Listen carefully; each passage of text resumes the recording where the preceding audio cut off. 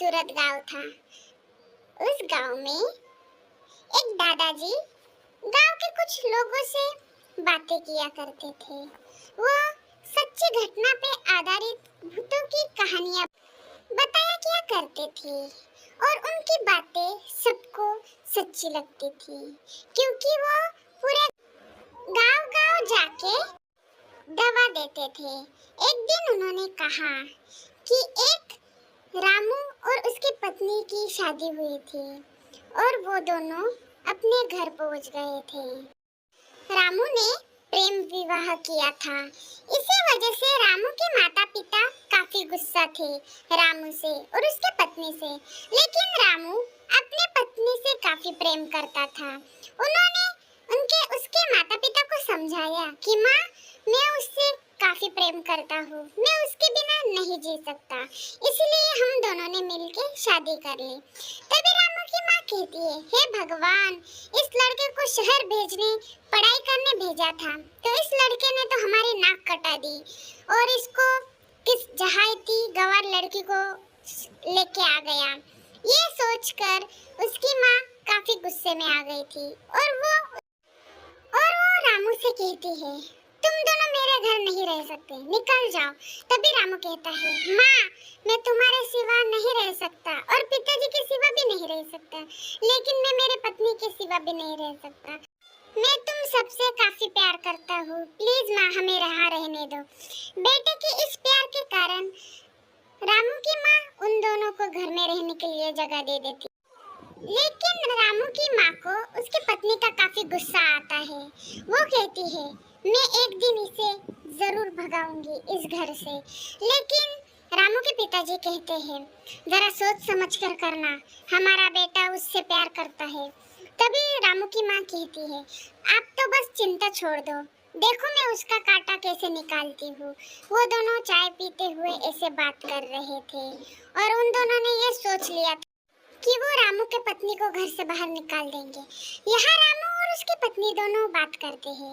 रामू की पत्नी कहती है, सुनो, माता पिता हमसे गुस्सा तो नहीं होंगे ना, वो मुझसे प्यार तो करेंगे ना, वो मेरे से अच्छे से बात तो करेंगे ना। तभी रामू कहता है, हाँ, मेरे माँ बाप काफी अच्छे हैं, तुमसे बहुत प्यार करेंगे, आप तुम चिंता मत करो। दूसरे ही दिन रामू को शहर जाना पड़ता है। रामू की पत्नी कहती है, आप इतनी जल्दी कहाँ शहर जा रहे हो? तभी रामू कहता है कि मुझे बहुत जरूरी काम से फोन आया है, मुझे जाना पड़ेगा। लेकिन रामू की पत्नी काफी नाराज थी। उसने कहा, जल्दी आ जाना जाके, मैं तुम्हारी राह देखूंगी। तभी रामू कहता है, ठीक है, मैं जल्दी आ जाऊंगा। ठीक है, तो उसकी माँ मन में यही सोच रही थी, आज तो मैं इसे बराबर सबक सिखाऊंगी। तभी रामू की माँ कहती है, ए नौकरानी, कहाँ जा रही है अपने? तभी रामू की पत्नी कहती है, माँ जी, मैं कमरे में जा रही हूँ आराम करने। रामू की माँ कहती है, आराम मत कर, पहले काम कर दे घर का, बाद में आराम करना। रामू की माँ की ऐसी बातें सुनकर नीलम को काफी गुस्सा आ जाता है, लेकिन वो शांत रहती है, क्योंकि रामू ने कहा था कि तुम मेरी माँ ने कुछ भी कहा, तुम सहन करना, वो एक दिन तुमसे जरूर प्यार करेंगी। एक दिन रामू की पत्नी सोई हुई थी और सासू माँ वहाँ पे आ जाती है। वो देखती है, ये तो बहुत अच्छे से सो रही है, इसका कांटा तो मैं अभी निकालूंगी, इसे सबक सिखाना पड़ेगा। मेरे बेटे की जिंदगी खराब कर कर इतनी अच्छी नींद से सो रही हो, मैं तुम्हें नहीं छोड़ूंगी, मैं तुम्हें अब देखो क्या करती हूँ। वो ऐसा कहकर किचन में जाके चाकू ले आती है और वो रामू के पत्नी को मार डालने का सोचती है और वो चाकू रामू के पत्नी के पेट में घुसा देती है और रामू की पत्नी मर जाती है। 2 दिन बाद रामू आ जाता है। रामू पूछता है, माँ, नीलम कहाँ है? तभी रामू की माँ कहती है, अरे बेटा, तुम्हें मैं क्या समझाऊं? तुम घर से जाने के बाद वो तो अपने एक दोस्त को फोन करके बुलाया और वो सारे गहने लेकर भाग गई। ये सोचकर तो रामू स्तब्ध हो गया। उसने कहा, क्या? वो ऐसा नहीं कर सकती माँ। ये सोचकर वो काफी नाराज हो जाता है और वो अपने कमरे में आकर रोता है। वो कमरे में नीलम थी। वो अब भूत बन चुकी थी। नीलम रामू को देख सकती थी, लेकिन वो बात नहीं कर सकती थी। नीलम उसको कहती है, तुम्हारे माता ने मुझे मारा है। जाके पूछो अपनी माँ से कि वो उसने ऐसा क्यों किया। लेकिन क्या करे, रामू वो बातें नहीं सुन सकता था। तभी वो चुड़ैल यानी नीलम अपने सास ससुर के कमरे में आ जाती है। वो उन दोनों के पास जाती है।